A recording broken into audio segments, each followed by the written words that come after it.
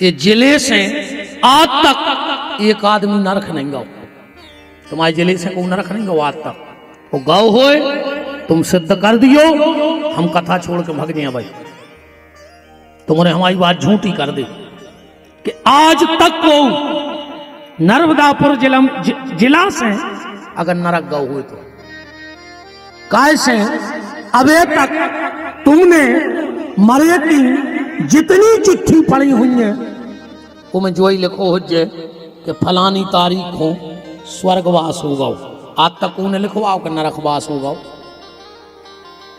एक जने खड़े हो जा कि हमारे तो चिट्ठी आई थी कि हमारे बब्बा को नरकवास होगा। मैंने को गाँव ने कहा नरक तो बिल्कुल खाली डरो है, एक नहीं जा रहा हूं। हमने आज तक एक चिट्ठी नहीं पढ़ी कि बब्बा को नरकवास होगा। सब लिखवात के स्वर्गवास होगा। आदमी ऐसे लिखवा देते हैं, एक पैसा को कागज और एक पैसा की स्याही और ऊपर लिखवा दो स्वर्गवास। जिंदगी भर पाप करे अकेले चिट्ठी पे लिखवा दे से स्वर्ग में बैठे। कोई जने कौन नरक में मर रहे हुए तो चिट्ठी पे लिखवा दो कि स्वर्गवास होगा, सुबह कौन थे चलेगा। का ये कच्छु नहीं हो, तुम तो गोलोकवासी लिखवा दे, बैकुंठवासी लिखवा दे। वो तक तुम छोड़ में गए थे बैकुंठ तक कि ट्रेन में बैठा रहे आए। ये कच्छु नहीं हो भैया, लिखवाए में कच्छु नहीं। तुम्हें तो जो लिखवाने वो लिखवा ले। अब तुम रोड पे खड़े हो जा, 200 गाड़ी निकल रहे, वो 200 गाड़ी में से 190 गाड़ी पे कछु न कछु लिखो मिल है। हाँ, इतनी डिग्री चल गई है कि हम करे बिना तख्ती के गाड़ी नहीं चल रही। और जबकि उसे होने कुछ नहीं है, लिखे मिखे से कछु नहीं हुए। हर मेडिकल पे लिखो रहे थे कि 10 मेडिकल लेन से खुली हुई और 10 पे पता है क्या लिखो रहे थे, दवाई मिलने का एकमात्र स्थान। तो बगल वालों का भटाए बेच रहा हूं, बताओ। हर मेडिकल वालों लिखे रहे दवाई मिलने का एकमात्र स्थान, तो बगल वालों का जूता बेच रहा हूं डब्बा में धर के। वो भी तो दवाई बेच रहा हूं, उन्होंने भी तो सब लिखे। ऐसा ही डिग्रियां हैं और ऐसा ही जो स्वर्गवास ये लिखे होने कुछ नहीं है। डरी तो कुछ कौन नरक में हुई है। जीवन भर दूसरे को हिस्सा खाओ, दूसरे को जिंदगी भर पीरा तराए और मर गए सो स्वर्गवासी हो गए। कोई जने कौन नरक में सड़ रहा हो जाए। तुम्हें तो कछु लिखे ना हो, कछु नहीं हो। हाँ, ब्रह्मा और विष्णु ने कहा भोलेनाथ बनारस में मरने वाला भगवान के धाम जाएगा तो बनारस के बाहर मरने वाला कहां जाएगा। भगवान शंकर कहते तो ध्यान से सुनो ब्रह्मा, मैं एक वरदान देता हूं, आज के बाद जो बनारस में प्राण त्यागेगा उसे मैं भगवान के धाम ले जाऊंगा। पर जो बनारस के बाहर मरेगा पूरी दुनिया में, अगर मरने वाले को 4 लोग उठाएंगे तो उसे अर्थ, धर्म, काम और मोक्ष चारों का प्रदाता मैं रहूंगा। और अगर जब उसको शमशान ले जाएंगे तो अगर ये कहते जाएंगे कि राम नाम सत्य है, राम नाम सत्य है, तो उसे भी भगवान तक भेजने की गारंटी हमारी रहेगी। इसलिए हमारे यहाँ 4 लोग मुर्दे को उठाते हैं और पीछे कहते जाते हैं राम नाम सत्य है, राम। ये पहले की बातें अब नहीं कहते। हाँ, अब तो आदमी लकड़ में भी जाते आखिरी यात्रा में, ऐसा मोबाइल पे बतिया जाते पीछे पीछे, जैसे कि डायरेक्ट जमराज से बात चल रही हुए कि बर्थडे हम इनको भेज रहे हैं, तना देख ली वो अपने बहुत खास हैं। कम से कम मरघटाई में मोबाइल छोड़ दे। बिल्कुल आदमी लकड़िया में माने जा रहा हो और मोबाइल पे बात करत जा। कछु कछु तो पीछे पीछे बात करत जाते हैं, यार आ जाइए हम इटारसी जाने तो पे सीखो और आ जाइए खत्म हो गए। तो क्या करते पहले तुमसे पूछ लेते कि काय भाई जब फ्री हो कल तो हम मर जाए, तुम हो। कहा नाटक करत आदमी, समझ में नहीं आ रही, पागल होगा का होगा आज को आदमी। आदमी 3 प्रकार से। अब तुम्हारे अनुमान लगा लियो कि अपनी कौन कैटेगरी में कहा है तुम्हारे। बकरिया जब पानी पीवे जाते तो वह कभी पानी में नहीं जाते, आगे के 2 ही पांव मोड़ के और फिर पानी पियत है। आज तक पकड़ गया पानी में अंदर जाकर पानी नहीं पियो ने। गैया जब पानी पीवे जाते तो आगे के 2 ही पांव पानी में रखा थे और फिर पानी पियत। वो बाहर से पानी नहीं पी कबाऊ, आगे के 2 ही पांव पानी में धरे और फिर पानी पिए। और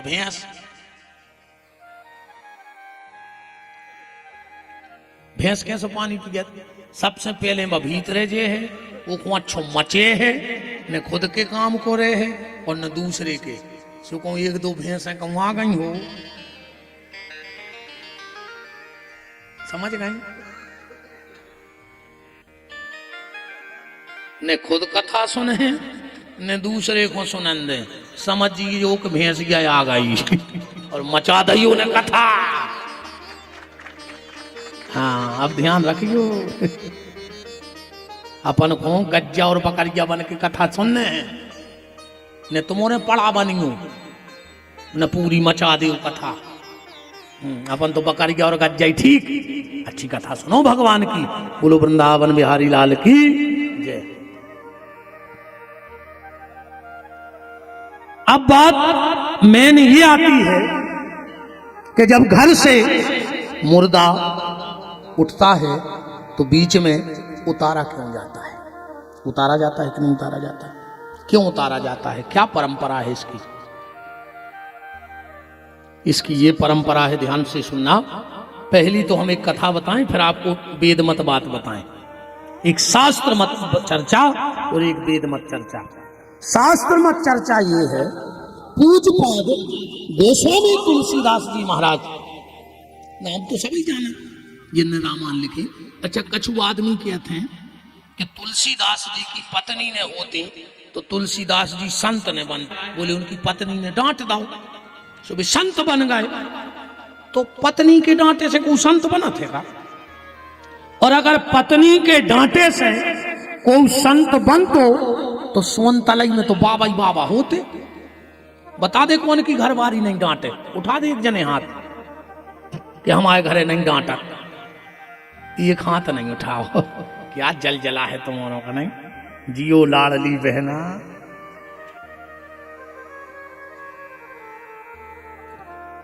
पत्नी की डांट से कोई संत नहीं बनता। संत कैसे बनता है? कबीरदास जी कह रहे हैं, भगत बीज पलटे नहीं, जो जुग जाए अनंत, वो ऊंच नीच जन्मे कहूं तो ही संत को संत। जब तो अनंत जन्मों के पुण्यों का प्रभाव है कि जो कोई इस मार्ग पे आता है। भक्ति का मार्ग कठिन है, भक्ति का मार्ग सरल नहीं है। भजन कर वो सरल नहीं, भजन बहुत कठिन काम है। तो तुलसीदास जी का जब जन्म हुआ, इनके माता पिता समाप्त हो गए। एक चुनिया नाम की दासी ने इनको पाला, बाबी खत्म हो गई। गांव को ने कई बड़ा अशगुन बालक है, बहुत ही अशगुन बालक है। तो गांव के लोगों ने तुलसीदास जी को घर के बाहर निकाल दो, गांव के झोपड़िया बना दी। और तुलसीदास जी अपनी मस्ती में मस्त के हमें लेने देने क्या है दुनिया से, हमें तो भजन करने, कहूं भी करें भजन। तुलसीदास जी गांव के बाहर एक झोपड़िया में रहते और अपने भजन करते। वही गांव में एक लड़का की शादी भई। लड़का की शादी भई, 5वें दिन वो लड़का खत्म हो गया। बहु औरत विधवा हो गई। पहले अपने तो नियम हतो सती प्रथा को, राजा राम मोहन राय ने सती प्रथा बंद कराई। राजा राम मोहन राय ने सती प्रथा बंद करवाई। 7वीं की सहायक वाचन में लिखो तो जगत कहानी पाठ 7वीं की सहायक वाचन में है। तो हमें ये से याद है कि उतनी तक हम पढ़े हैं, 7वीं तक हम पढ़े हैं, सो हमें पता है। अब 8वीं में फेल हो गए, 9वीं को हमें पता नहीं है कि काले को, या अपन पढ़ो ही नहीं है। मनुजा ने जानी हो कि हम पढ़े लिखे कम यहाँ हैं।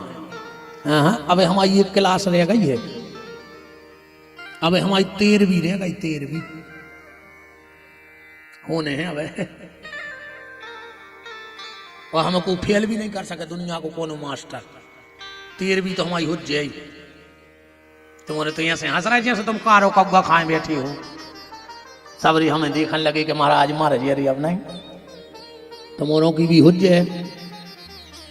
तेरह तो सबकी होने 13वीं, बिना 13वीं के इतने से को नहीं जा रहा। राजा राम मोहन राय ने सती प्रथा को बंद कराया।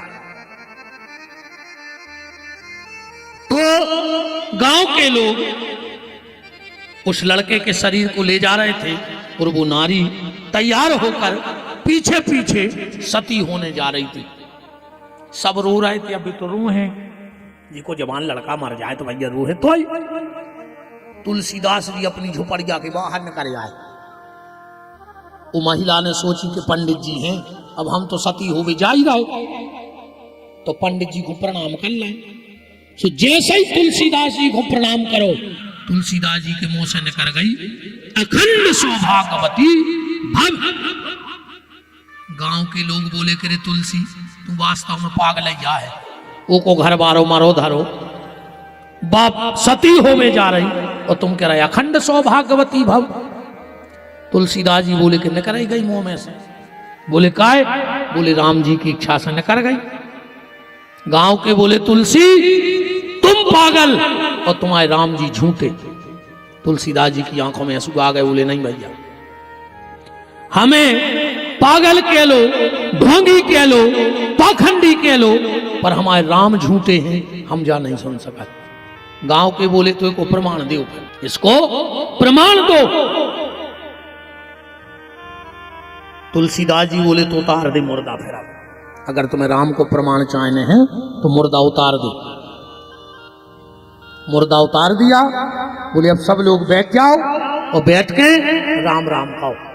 मुर्दा उतार दिया, सब लोग गोल बना के राम राम कहने लगे।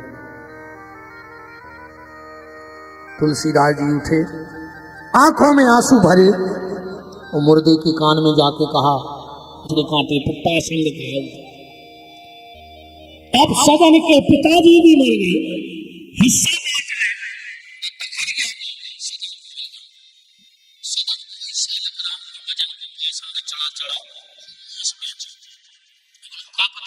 सालक राम आए। एक दिन की बात, यहाँ से दिव्य शख्स निकले। उन्हें देखो कि सदन की तखरिया पे गंडकी नदी के सालक राम रखे। सदन के पास गए, बोले भैया सदन जी हमें दे दे और हमसे कछु पैसा ले ले। सदन बोलो महाराज पत्थर आई तो आए, तुम ले जा हम दूसरों रख ले। और उन्हें भी सालक राम उठाए और सदन को ने दे दे। पंडित जी जंगल में रहते, बाबा जी ले आए, अच्छी स्नान कराए, खूब पूजा पाठ कराई, पंचामृत से स्नान, आरती उतारी, भोग लगाया और सो गए। जब सोए रात में महात्मा को किसी के रोने की आवाज आई। महात्मा ने सोची कि जंगल में हम अकेले हैं, यहां रो कौन रहा है? जंगल में रो कौन रहा है? देखो सो डिब्बा में सालक राम जी रो रहे थे। महात्मा बोले प्रभु आप रो रहे? भगवान बोले महात्मा हमें हमारे सदन के पास करे आओ, हम बिना सदन के नहीं रह सके, हमें वो की याद आ रही। महात्मा बोले हद कर दी तुमने।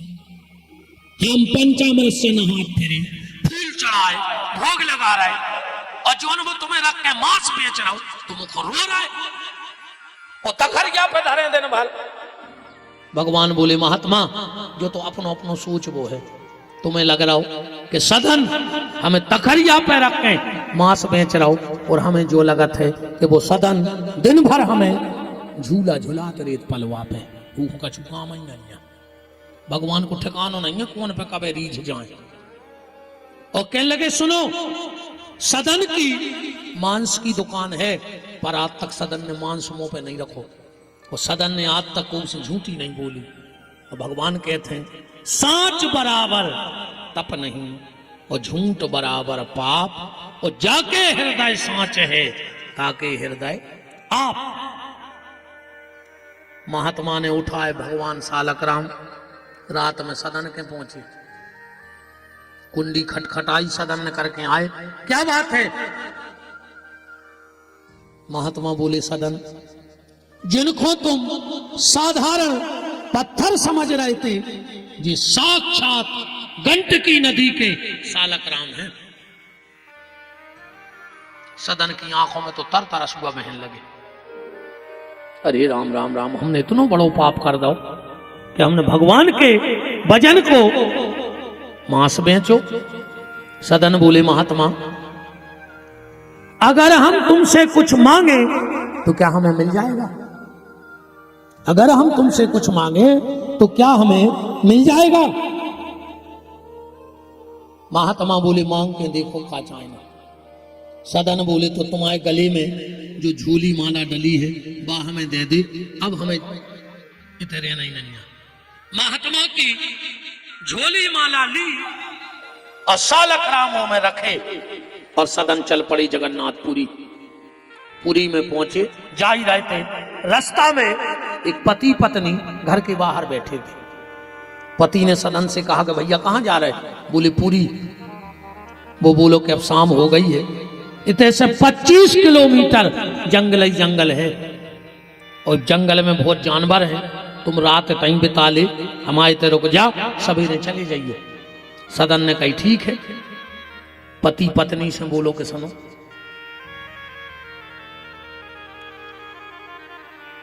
जो आए अपनो मेहमान, वो कमरा है एक, अपन सो जाइए बाहर और एक को सुला दिए भीतर। सदन को कहा नींद, पति पत्नी बाहर, आधी रात में सदन अपने कमरा में बैठे थे और जब नारी भीतर गई, सदन ने कही, अरे बहन तुम इतनी रात में कमरा में? जब बोली, नहीं, हम तुम्हारे पास बहन के भाव से नहीं आए, हम तो तुम्हारे पास पत्नी के भाव से आए। सदन बोलो, अरे राम राम राम, ये क्या कह रही हो? वह बोली, रुक जाओ एक मिनट, हम समझ गए तुम हमारे पति को डर रहे। वह बाहर गई, कुल्हाड़ी उठाई और उन्हें पति के टुकड़ा टुकड़ा कर दे सूत में। कहने लगी, हमने पति को रास्ता से हटा दो, मार दो। सदन चरणों में गिर पड़ो, बहन तुमने जो कहा करो। तो जो जोर जोर से चिल्लाने लगी, बचाओ बचाओ, पूरा गांव इकट्ठो हो गया। क्या बात है?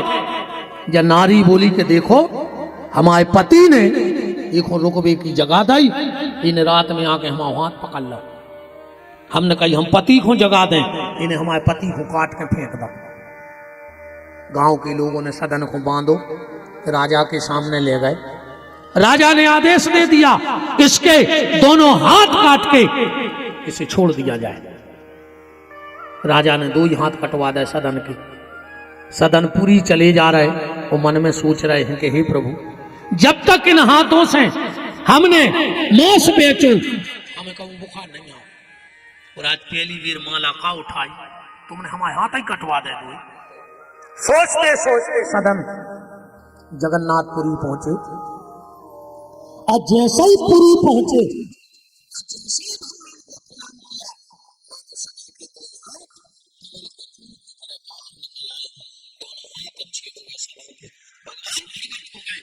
सदन ने कहा, एक बात बताओ, अगर मैं पापी हूं तो तुम क्यों मिले? और अगर हम पुण्यात्मा हैं तो हमारे हाथ काहे कटे, हमें तुझे बताओ। भगवान बोले, सुनो सदन, तुम बनारस के बहुत उच्च कोटि के महात्मा थे, कोई जन्म में हमें तुम्हें मिलने तो तुम जंगल में बैठ के तपस्या कर रहे थे। उसी समय तुम्हारे सामने से एक गैया निकली, तुम माला कर रहे थे। उस कसाई ने तुमसे पूछा कि यहां से गैया निकली, तुमने मुंह तो नहीं बोलो, पर 2 ही हाथ को इशारा कर दो कि तरफ चली गई। वो कसाई ने जाके वह गैया काट दी। तुम जो देख के आए हो ना कि वो औरत ने वो आदमी को मार दो, वो आदमी आए कसाई और वो औरत आए गज्जा। वो जन्म में उन्हों को काटो, सो ये जन्म में उन्हों को काट कर फेंक दो। और तुमने दोनों हाथ किए, इसलिए तुम्हारे हाथ कट गए। तो बनारस का ऐसा महत्व है कि बनारस में जन्म लेने वाले रहने वाले को भगवान का दर्शन जरूर होता है।